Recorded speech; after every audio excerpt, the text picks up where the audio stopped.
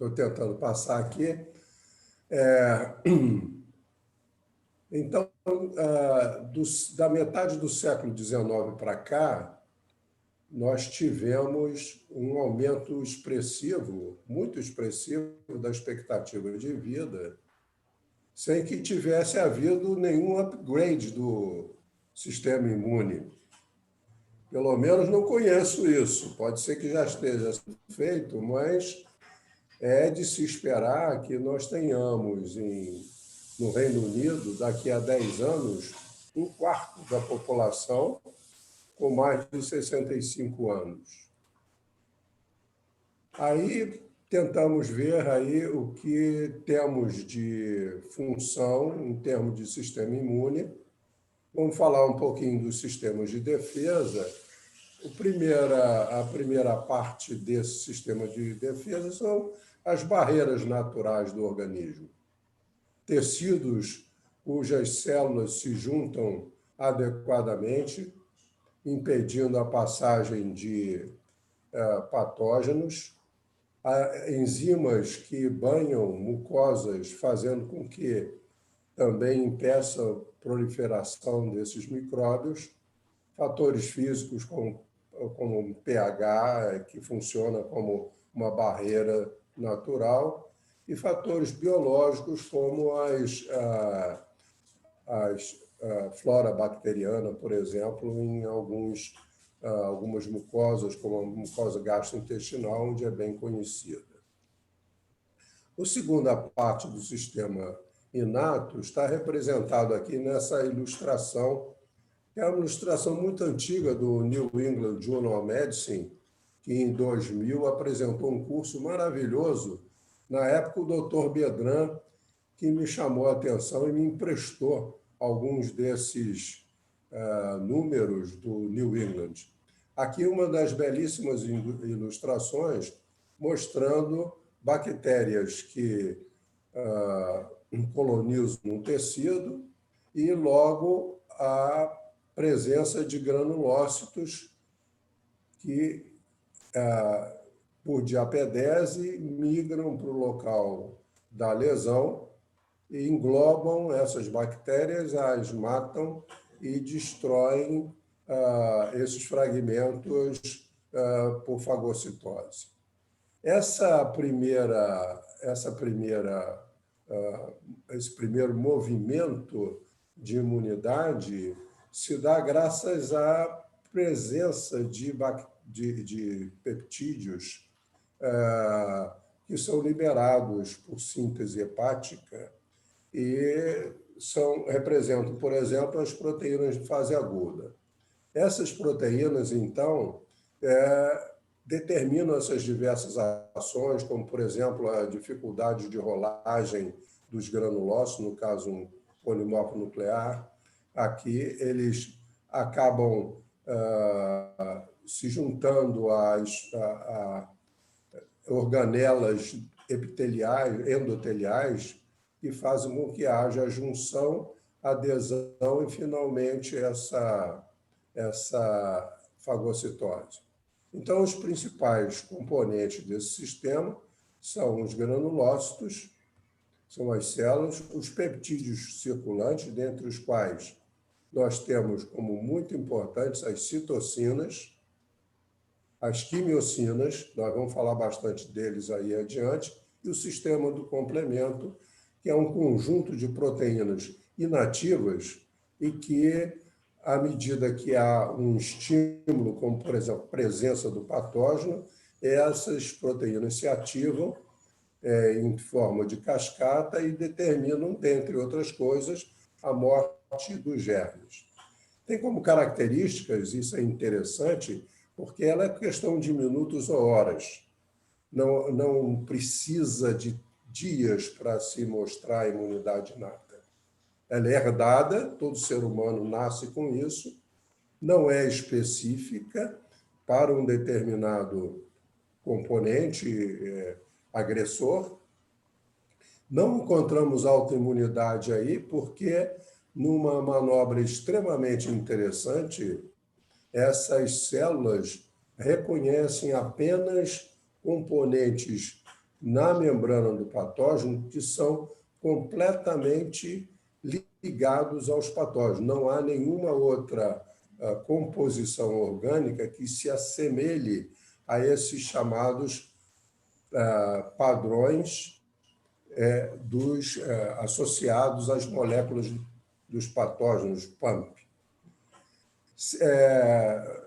Caracteristicamente, não há produção de memória, que é ao contrário do sistema adquirido. A imunidade adquirida é representada aqui por uma fase inicial da imunidade inata, onde uma célula dendrítica, um macrófago, graças à presença desse PAMP, os padrões associados às moléculas do patógeno, que os tornam reconhecidos pelo sistema imune, a fagocitose, a morte intracelular dos germes e um processamento desse antígeno, que é levado ao linfonodo, e no linfonodo, por um processo bastante sofisticado, há uma apresentação desses fragmentos antigênicos para um componente do sistema imune adaptativo, adquirido. No caso, uma célula T, onde então se dá esse processo de apresentação. Isso faz com que haja a saída de uma célula efetora, um linfócito ativado, como nós vamos ver mais adiante. Okay. Então, a imunidade adquirida é mediada por anticorpos e células. Aparece a memória imunológica no sentido de que algumas dessas células, dentre células efetoras, células auxiliares, há células de memória que fazem com que haja a possibilidade de recuperação daquela ação inicial muitos anos depois. São linfócitos circulantes por décadas. Existe, inclusive, uma experiência muito interessante. Em 2008, soro de indivíduos ainda vivos que foram alvo de infecção na pandemia de 1918, o soro desses indivíduos conseguia destruir o vírus H1N1. Muito interessante. Ela é expansiva na medida de que novos contatos com o patógeno aumentam, né? E aqui nós temos uma ilustração também que nos diz como se dá essa formação de células. Uma célula pluripotente, célula-tronco, na sua linhagem linfóide, um grupo dessas células vai amadurecer no timo.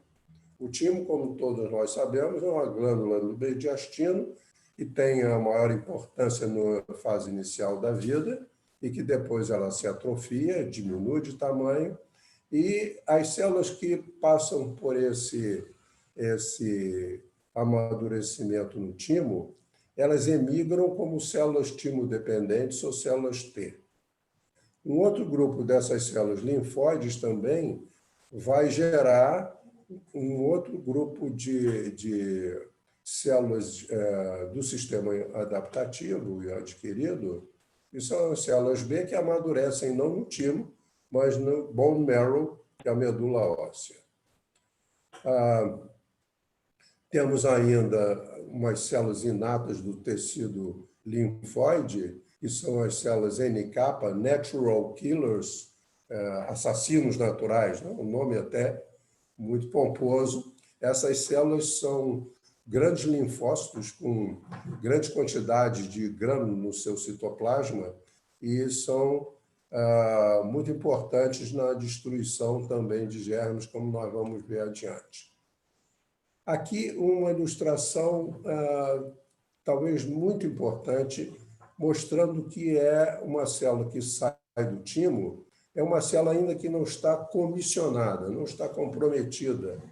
Ela é chamada de célula virgem para nós, mas o nome células NIVE, N-A-I-V-E, acho que a pronúncia correta é NIVE, pelo menos assim os estrangeiros falam, e essa célula ela sai do timo e logo ela vai perder, por ação de citocinas, contato com outras células, ela perde um desses dois marcadores.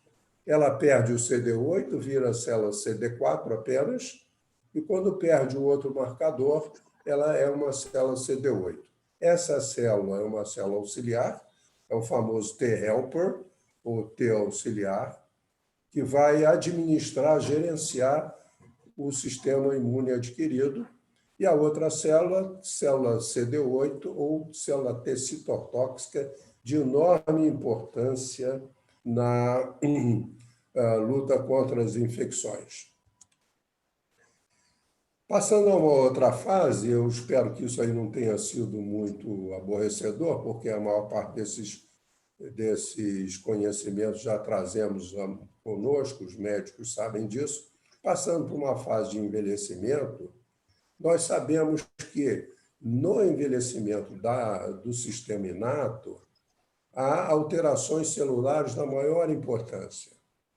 Os neutrófilos e macrófagos perdem o seu poder de fagocitose, diminuem os seus receptores, há menos morte intracelular de germes, menor rapidez na execução disso.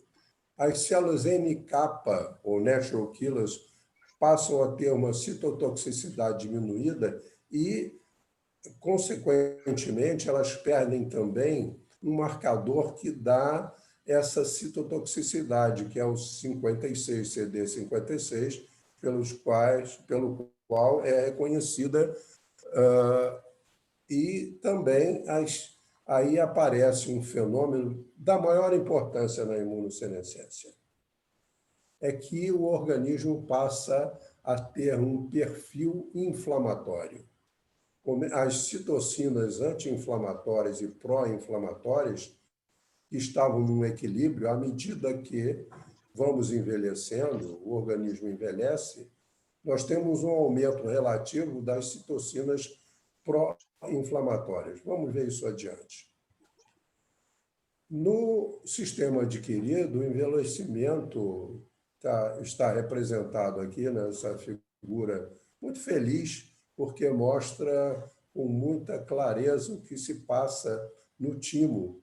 O timo do adulto, do idoso, ele tem cerca de 30% a 40% do tamanho original.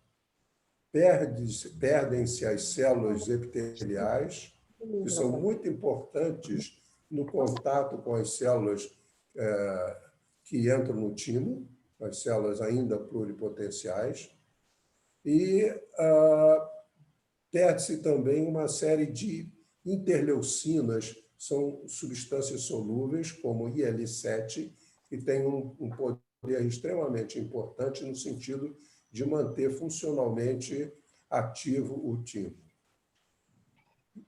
À medida que essas células emigram do timo, nós vemos uma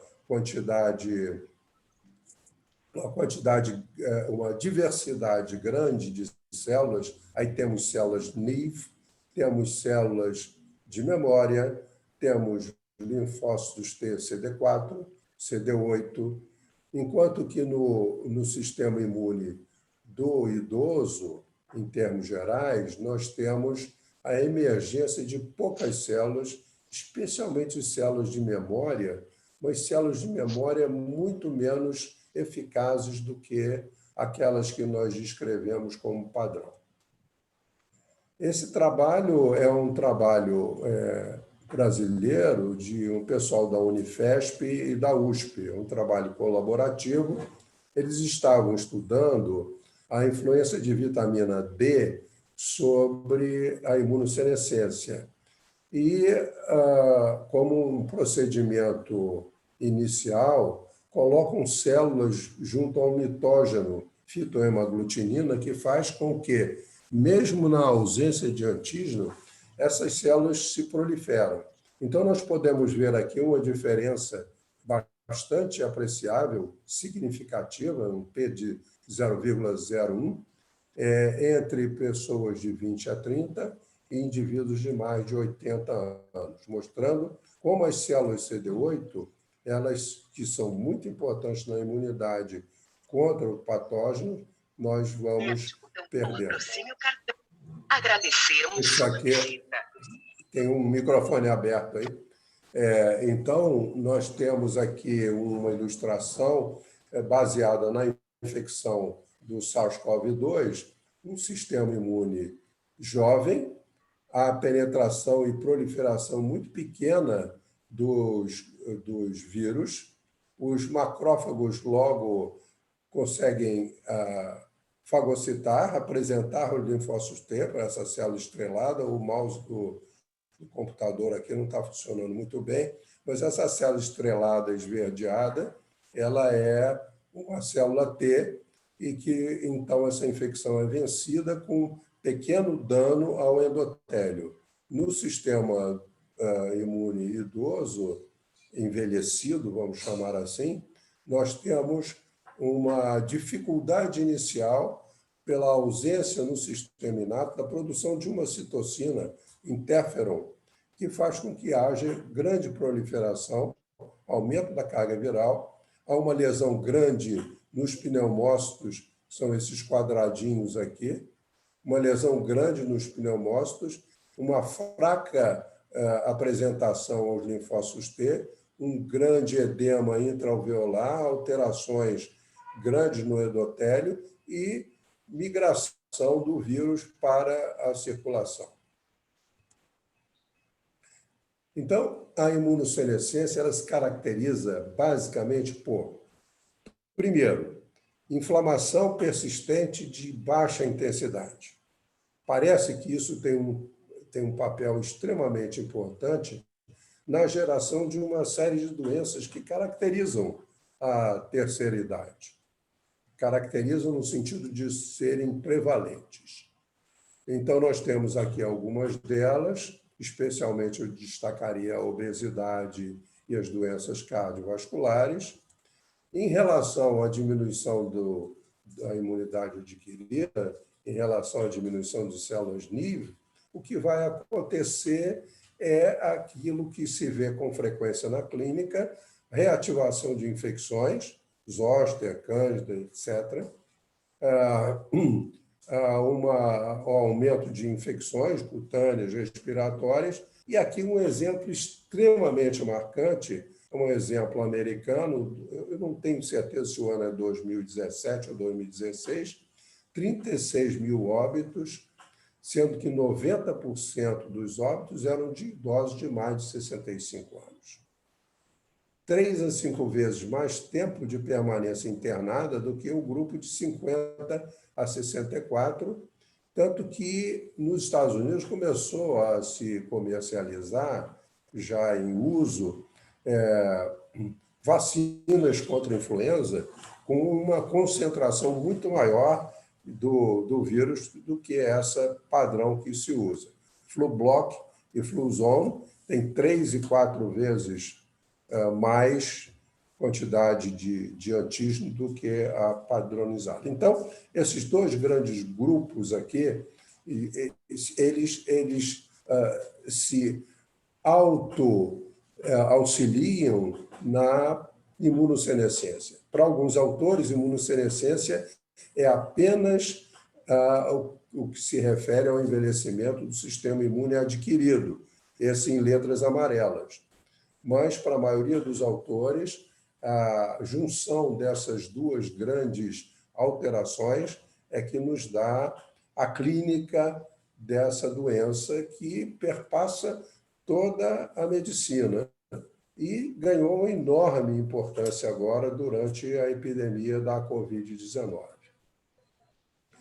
É muito interessante esse outro aspecto, já estamos entrando na fase da epigenética aqui, mostrando, aqui nós temos gráficos de dispersão, eu quero chamar a atenção sobre a frequência de células, esse de proteínas séricas não vai ser tão importante. Então, nós temos aqui, nesse lado, nós temos idosos monozigóticos. Então, nós estamos estudando cerca de 95 pares de idosos monozigóticos, gêmeos monozigóticos. E, do outro lado, um número equivalente de gêmeos monozigóticos jovens. Aqui a idade média 13 anos, aqui a idade média 72. Esse gráfico mostra uma dispersão muito prevalente, muito importante, por exemplo, dessas células total Tregs. Essas células são células T reguladoras, enquanto que nos pares de gêmeos jovens, eles se correlacionam muito entre um e outro. Já no grupo dos idosos, se relacionam muito pouco, isso está em torno de 0,16 e aqui em 0,78. Então, esse achado se repete em relação a outros acontecimentos. Quero chamar a atenção agora, então, apenas solidificando um pouco esse dado, as células no idoso, em gêmeos monozigóticos, elas são diferentes. As células imunes se portam diferentemente. Elas têm uma variabilidade. Essa variabilidade parece que aumenta muito com determinadas infecções, HIV, citomegalovírus.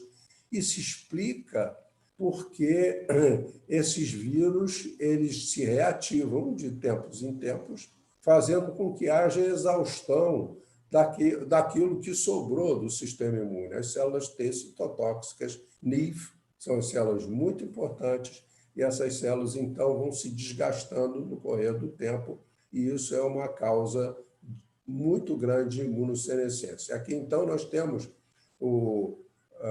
indivíduos monozigóticos, sendo que um é positivo, o outro é negativo, e aqui ambos são negativos. Indivíduos monozigóticos negativos para o citomegalo e aqui positivos. Então, podemos pegar, por exemplo, essa célula efetora CD8, TCD8, está embaixo. Infelizmente, o meu mouse está falhando um pouco.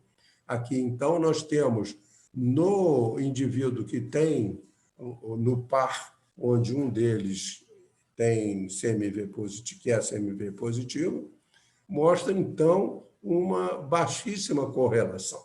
Ao passo que aqui, no indivíduo negativo para CMV, isso englobando tanto o jovem quanto o idoso, nós temos uma correlação muito mais alta. Isso pode ser visto também, vocês vão ter que acreditar em mim, porque esse slide é pequenininho. Aqui a gente vê também as respostas à imunização contra a influenza. Isso também foi apresentado nesse trabalho, é um trabalho seminal, de grande importância, é um trabalho multicêntrico, tanto com o Instituto Karolinska, na Suécia, Stanford, Universidade de Carolina do Norte e outras universidades de ponta, mostrando, inclusive, uma meta-análise aqui, mostrando uma variabilidade grande nas respostas à imunização contra a influenza, na resposta contra a vacinação, na vacinação contra a influenza, mostrando uma variabilidade muito grande, onde apenas menos que 20% tem um padrão de herança na resposta. Ao contrário da criança ou da vacina do sarampo, nós temos um padrão herdado, um padrão de apresentação não variável de 89%. Então, eu traduzi uma das conclusões desses autores, e acho que vale a pena a gente ver isso aqui, que o sistema imune, em tese, ele não é um sistema imune engessado, ele é modelado pelo ambiente. E influências não hereditárias são de grande importância na determinação da variabilidade imunitária. Acho que todos nós estamos percebendo o potencial que existe nessa questão da modelação do sistema imune por fatores epigenéticos. Isso abre uma perspectiva extremamente importante no sentido de manejar a imunossenescência. Esses fatores poderiam ser explicados, ou melhor, elencados de diversas formas. Coloquei aqui, sem nenhuma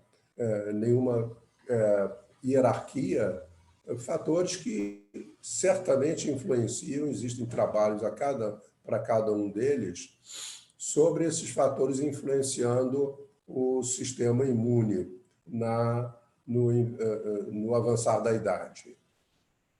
Mas, de qualquer forma, eu acho que não podia ficar aqui muito tempo. Eu trouxe a questão da atividade física e alguma coisa de antioxidantes. Eu gostaria muito de ouvir o Ricardo Onofre sobre esse tema, ele já adiantou alguma coisa, mas eu vou me prender bastante à atividade física.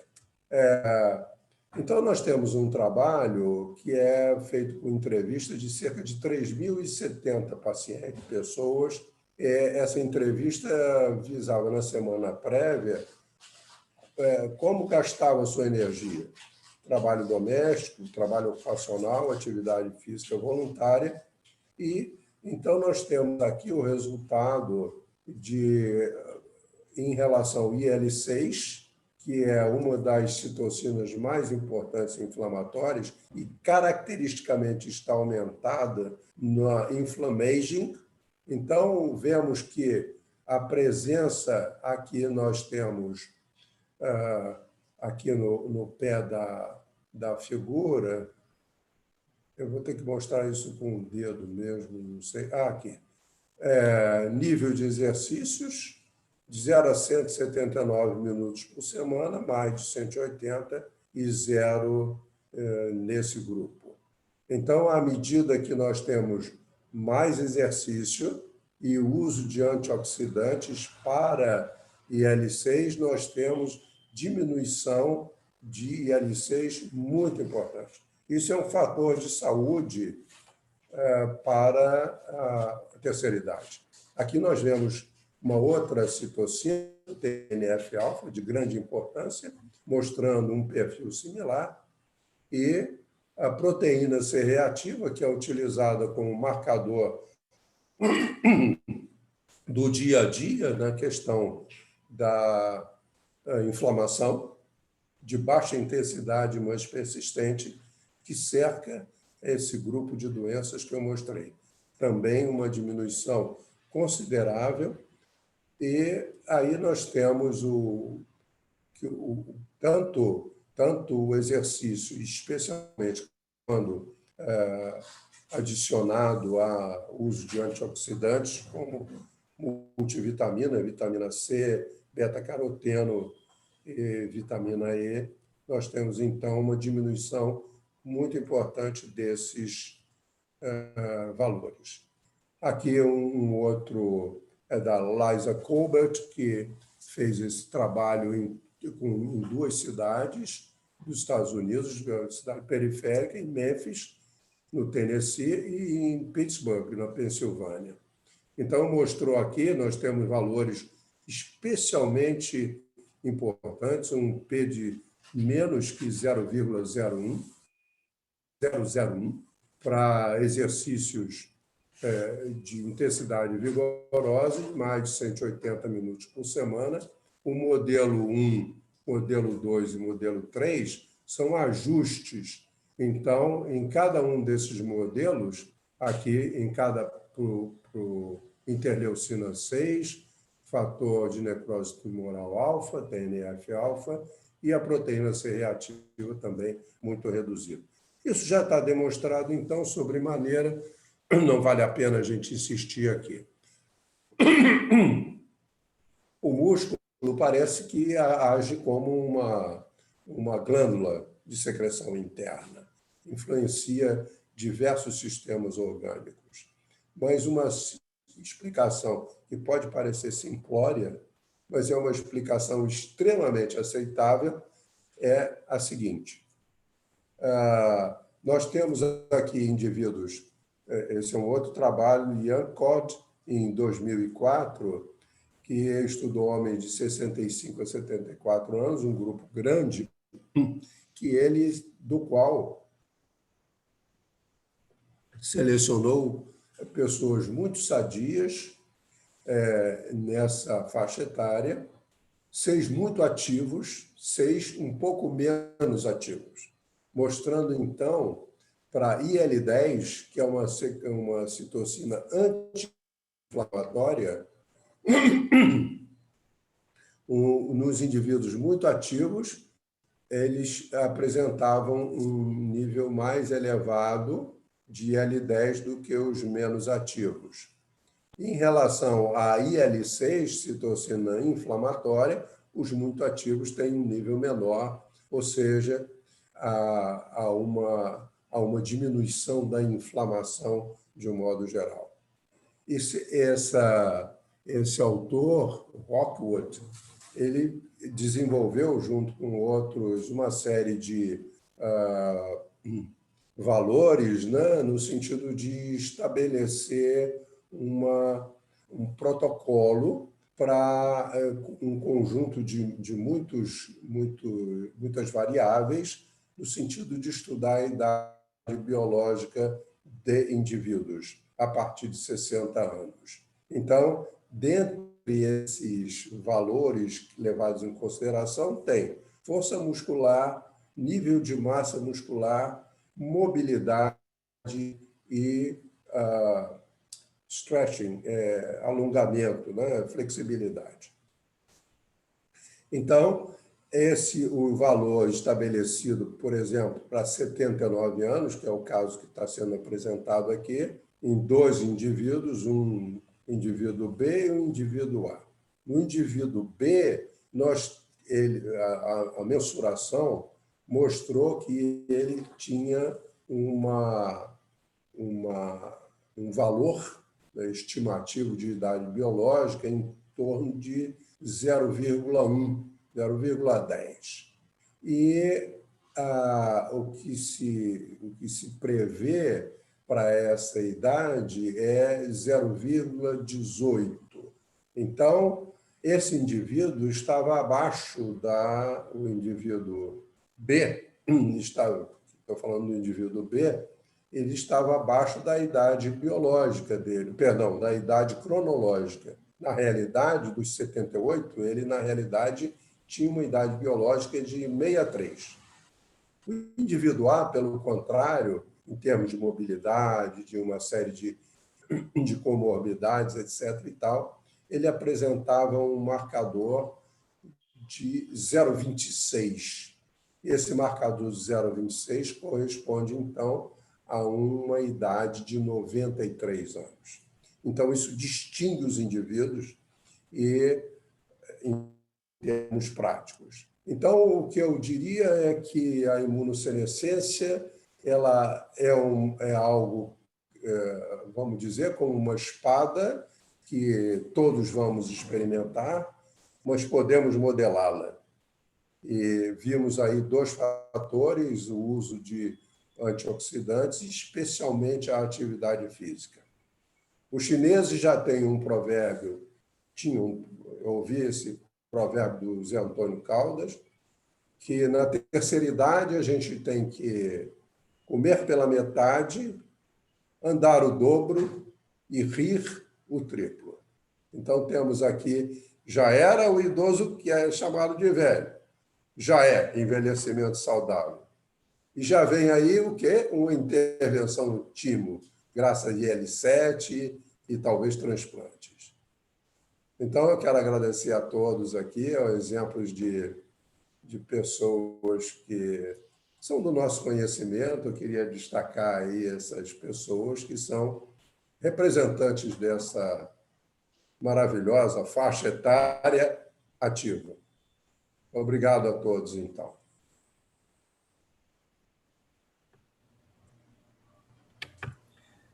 Representante está assim chamada. Estou Melhor parando aqui com o idade. compartilhamento. Não. Bom, vocês estão me ouvindo? Claro, estamos ouvindo. Mauro, então, em primeiro lugar, parabéns. Acho que era tudo que nós estávamos esperando. Realmente, você trouxe lá uma revisão do sistema imune, né? Desde os seus primórdios, depois o envelhecimento desse sistema imune e trabalhos que mostram a possível intervenção sobre isso para poder haver uma melhora dele, né?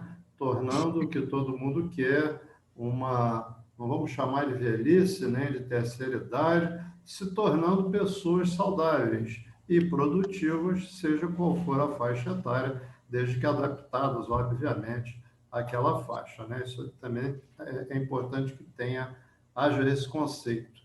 Lembrando a todos que esta palestra magnífica ficou gravada, tá? Então, ainda está sendo gravada e ela vai ficar disponível no site da Somerge. Eu não sei acessar o site da Somerge, mas eu vou até ver se alguém da Somerge presente à reunião depois nos explica como fazer isso. Ou se a Zelina, então, passa para o nosso site, mais uma vez, a explicação, porque eu realmente não consegui pegar. E queria saber se alguém tem alguma pergunta ou comentário a fazer. Aguinaldo. Não, o comentário é que você já disse, parabéns ao Mauro pela explanação brilhante dele sobre o sistema imune e a senescência do sistema imune e o seu comportamento. E ver que isso aí é um fato que a gente presencia a cada instante, na era pré-pandêmica, sobretudo, né? O envelhecimento das pessoas cada vez mais e a importância do sistema imune nesse processo. Meus parabéns, muito boa a apresentação. Ricardo Onofre, quer fazer algum comentário? Você foi nominalmente citado. Muito obrigado, Mauro, e parabéns pela palestra, muito didática, muito clara, e deixou em abertura realmente a questão do que nós podemos fazer para melhorar a qualidade de vida do idoso, né? Você citou 3 fatores: o exercício, os antioxidantes e o sistema inflamatório exacerbado no idoso. Todos os 3 sistemas a gente pode interferir com 2 principais ações. Um é o exercício. Exercício que é diferente de atividade física. Atividade física é qualquer movimento que mexe o corpo humano, mas o exercício são programações regulares, progressivas, controladas, para melhorar a performance do idoso. E o outro lado é a nutrição. Vamos começar pela anti-inflamação. Nós podemos modificar o sistema pró-inflamatório do idoso através da nutrição. Há populações, já há estudos epidemiológicos de grande corte, em populações que usam grande quantidade a sua alimentação de azeites e de peixes de água fria, ricos em ômega 3. E o tipo de gordura também usado por eles também é uma gordura não aterogênica. Então, essas populações têm uma longevidade maior comparada com as outras. No nosso meio, a gente pode simplesmente fazer isso aumentando a nossa proporção de ingesta de peixes e reduzindo a ingesta de carne vermelha. Ou então, usar a suplementação diária mesmo de cápsulas de ômega 3 que estão largamente disponíveis no mercado. A inflamação, assim como os oxidantes produzidos pela nossa oxidação normal, elas destroem a membrana, elas destroem a mitocôndria celular. E aí é que se encontra todas as explicações do envelhecimento. A gente começa a nossa principal fábrica de energia, a mitocôndria, ela vai ficando alterada e as nossas funções celulares, assim como a nossa síntese proteica, esse equilíbrio entre o anabolismo proteico e a síntese proteica vai se tornando desequilibrado e a gente vai perdendo as funções principais vitais através de uma redução global da síntese proteica. Então, se a gente conseguisse mexer na mitocôndria, todos os estudos hoje vão nesse sentido de as enzimas cada vez mais dentro da célula conseguir interferência nesses processos oxidativos, a gente conseguiria, digamos assim, reduzir a velocidade do envelhecimento. E isso é proposto com os antioxidantes. No entanto, é muito difícil provar-se na prática que esses antioxidantes têm um papel efetivo na extensão da qualidade de vida e na redução da senescência. Mas, de qualquer maneira, vários estudos apontam nesse sentido e outros apontam no sentido contrário, até de prejudicar e aumentar até, às vezes, como um trabalho publicado no New England, o aumento de câncer de pulmão com o uso de altas doses de antioxidantes num grupo acompanhado por mais de 15 anos, aqueles trabalhos gigantescos americanos que conseguem milhares de pacientes aderentes aos protocolos. Mas a gente acha que, pelo menos do ponto de vista teórico e também de pesquisas que vão nesse caminho do metabolismo celular, do metabolismo mitocondrial, que é importante, sim, reter a produção de oxidantes através de aumentar o nosso sistema de varredura, o sistema dos Scavenge, né? Que são exatamente estimulados pelos antioxidantes, a vitamina C, a vitamina E, o beta-caroteno. Eles estimulariam essas enzimas varrendo as partículas oxidantes e preservando a integridade celular. Por outro lado, o exercício é fundamental para, se não parar, mas pelo menos diminuir a velocidade da sarcopenia. Esse é um estudo que a gente está se aprofundando. Aqui tem 2 clínicas em Niterói trabalhando com isso, a Clínica do Caldas, o Fit Center, e o Decordes. É outra clínica também que trabalha com medicina do exercício, que estão trabalhando, e a gente está se juntando a eles justamente para tentar ver se o fator nutrição com exercício melhora a performance, tanto com atividade aeróbica quanto anaeróbica, desses idosos, e para que a gente consiga a melhor qualidade de vida para eles. Isso é um fato, o nosso amigo professor Mauro mostrou muito bem isso. O exercício realmente ele é um fator epigenético importantíssimo. Os sedentários têm um grau de inflamação muito grande, provavelmente têm radicais inflamatórios enormes e também grandes substâncias oxidantes, o que pode acarretar a eclosão de doenças crônicas de uma maneira muito mais, com um curso muito pior do que aqueles que mantêm uma dieta equilibrada, rica em ômega 3, rica em gorduras não saturadas e com um exercício regular e periódico. Rosati, posso fazer? Oi, claro. Oi, deixa eu ver se eu abro aqui. Oi, tudo bem? Primeiro, Oi. parabenizar Bom dia, ao Valdênia. Mauro. Bom dia a todos. Parabenizar o Mauro, parabenizar o comentário do professor Ricardo também. Foi ótima apresentação.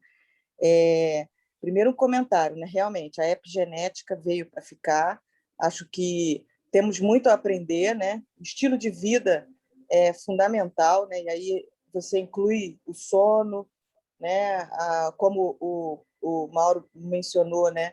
Você lidar, né, com as situações de estresse, a atividade física, que aí é fundamental, e a dieta. E dentro da dieta, eu vou até me atrever a colocar uma dieta que está sendo mencionada ultimamente, que eu particularmente estou encantada, que é a plant-based, né? A a dieta baseada em plantas, que não é bem a dieta vegetariana, ela é melhor, na minha opinião, ela tem uma avaliação mais completa e é muito, muito interessante. Eu acho que os médicos e os nutricionistas precisam começar a lidar com ela, né? O critério é whole, né? Completa, mas eu acho que completa ainda estamos, não necessariamente, acho que pode ter uma carne, alguma coisa assim, mas ela é fundamental. Mas eu queria fazer uma pergunta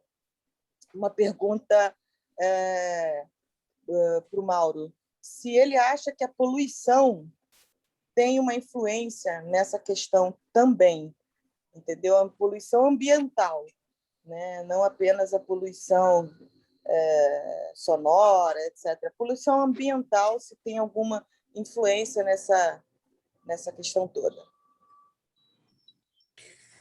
Muito bem, obrigado pelo comentário, não só seu, mas do Ricardo, do Reinaldo e Rosati.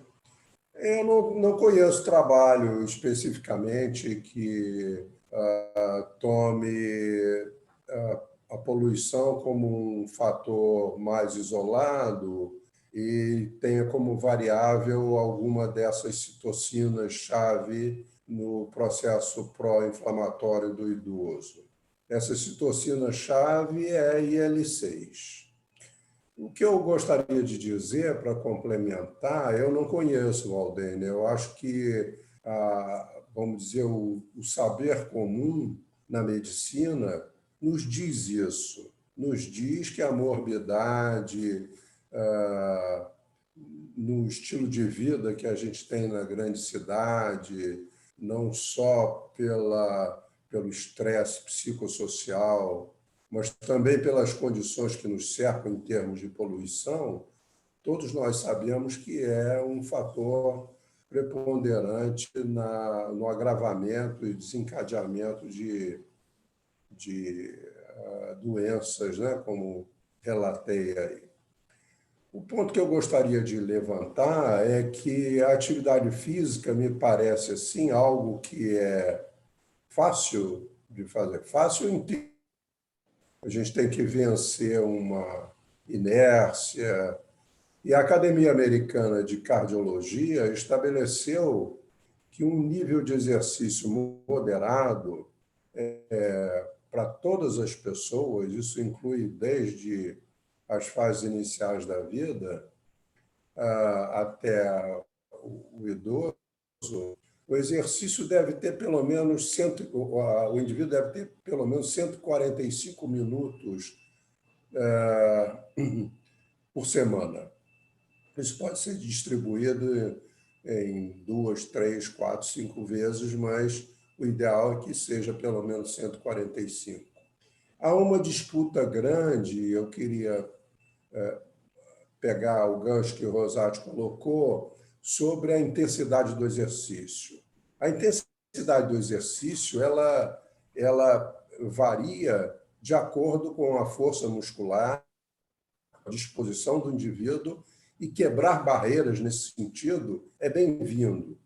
Ocorre que lesões aparecem com muito mais frequência se há exercícios vigorosos.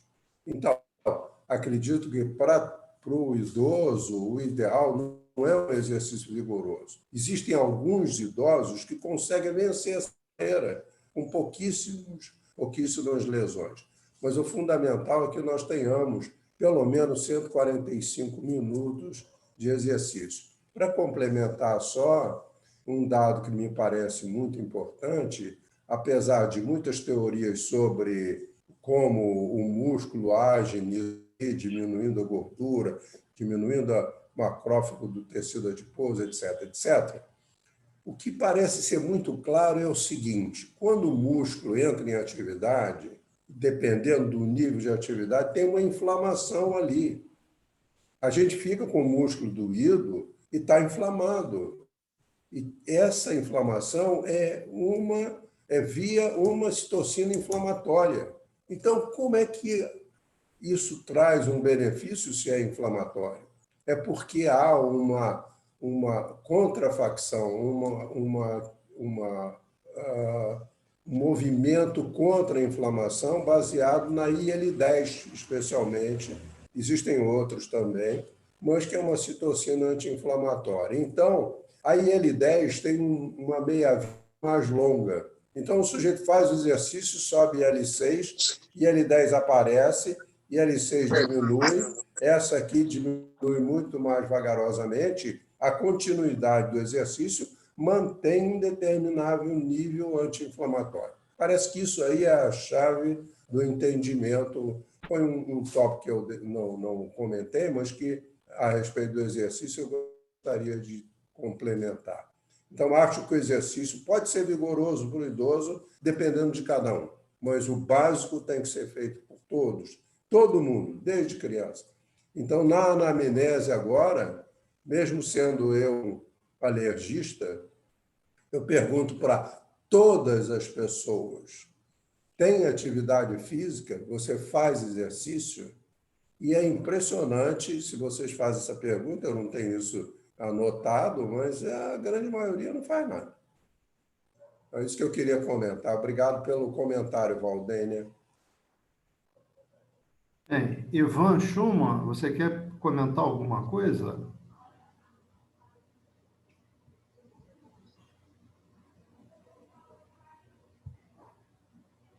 Você está com você está com o microfone desativado.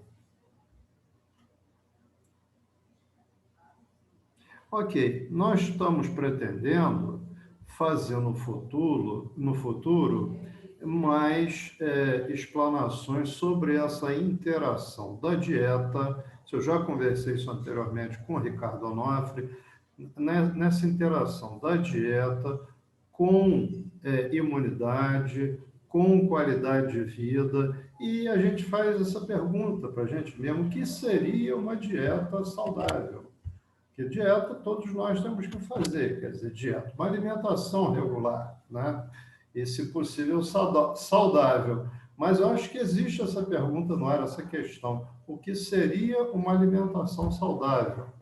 Então, acho que isso vai ficar como um tema para futuras palestras nossas, né? Nós já estamos aí às 8h30, existem alguns comentários aqui no chat, Zelina, o Sérgio Dutra, o Johnny Jalados também, parabenizando pela clareza, Elisa Sampaio também, e o Johnny faz um comentário que ele gostou de ouvir sobre plant-based, dietas e tal, que o pai dele teve internado e não foi, assim, enfatizada a importância da dieta no momento da alta, e a gente lamenta, visto que a dieta realmente é muito importante que seja enfatizado e verificado, né? E como eu falei, isso aí vai servir de temas para o futuro. Acho que é um gancho para o futuro. Nós já temos a nossa reunião próxima marcada. Eu queria agradecer muito, Mauro. Acho que a palestra dele foi fantástica, no sentido dela ser muito objetiva, e ele transformou um assunto árido, difícil, num assunto bastante objetivo. Parece até simples e fácil, né?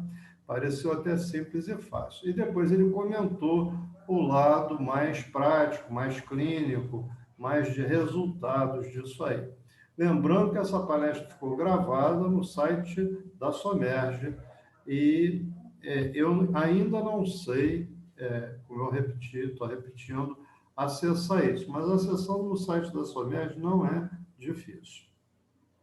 Bem, eu queria convidar a todos e pedir a todos que me ajudem a divulgar a próxima, porque, através da professora Solange, conseguimos uma pesquisadora que trabalha dentro de Biomanguinhos. Portanto, ela está dentro da estrutura mais momentosa aí no país, porque é o lugar que está recebendo e fabricando os insumos e as vacinas que todos nós estamos querendo tanto ver aí se disseminarem com mais intensidade, com mais rapidez, para o controle dessa horrorosa pandemia que continua graçando e assolando no país inteiro, né?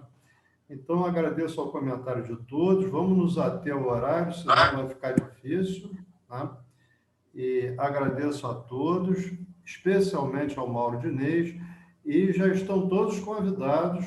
Essa próxima palestra eu vou divulgar pelo site e nos sites que eu divulguei essa aí também, tá? Para todos. Muito obrigado a todos. Então, até a próxima. Bom dia a todos. Obrigada, Rosati. Obrigada, Mauro. Obrigada, Zelina.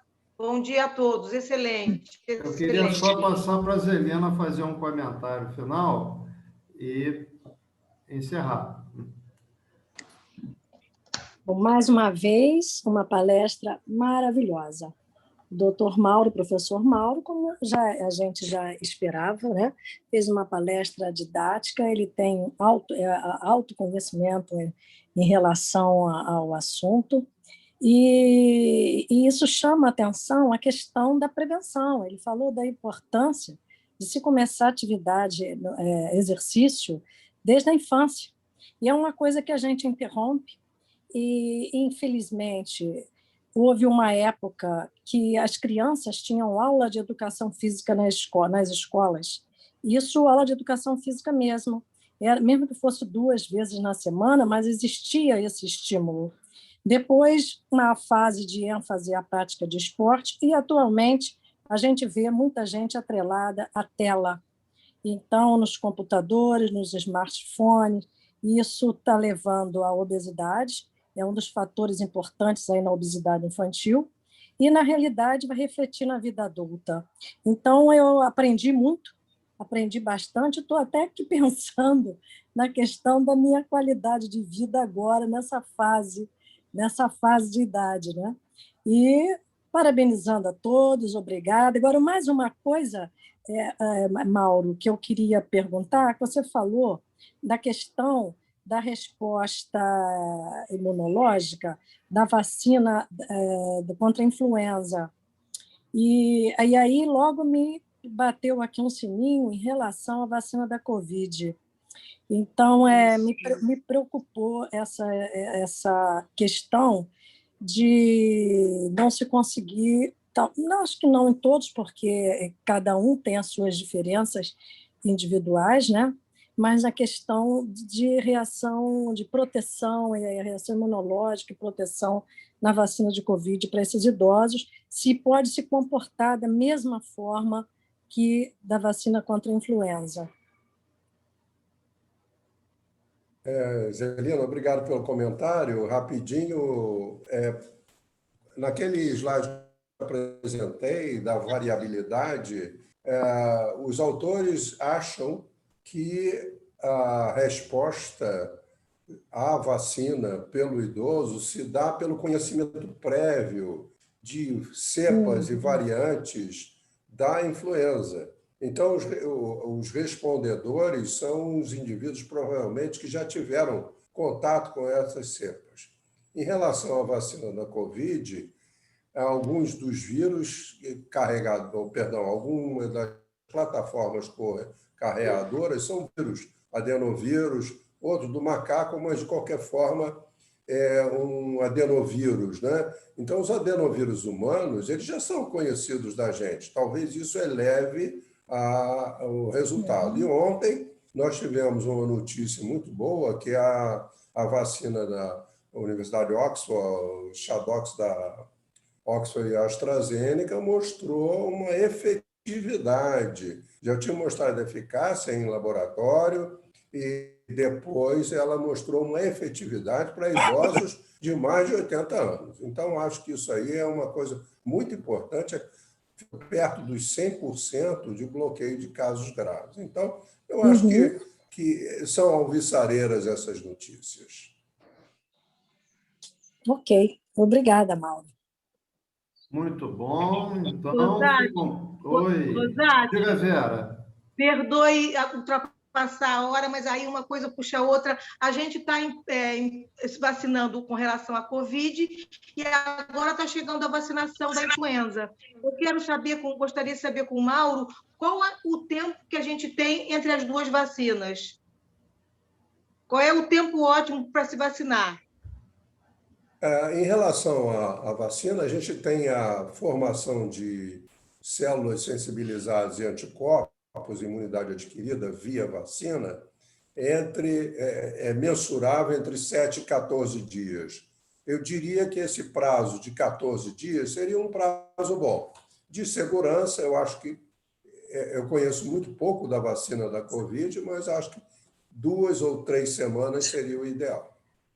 Ok, muito obrigada. O que está sendo, vamos dizer, orientado no Ministério da Saúde, qual é a orientação a respeito disso? Eu estou falando por mim, nesse momento, pego mais ou menos de sopetão.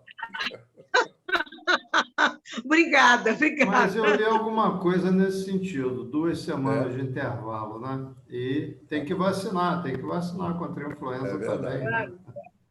Gente, então, olha, muito obrigado a todos.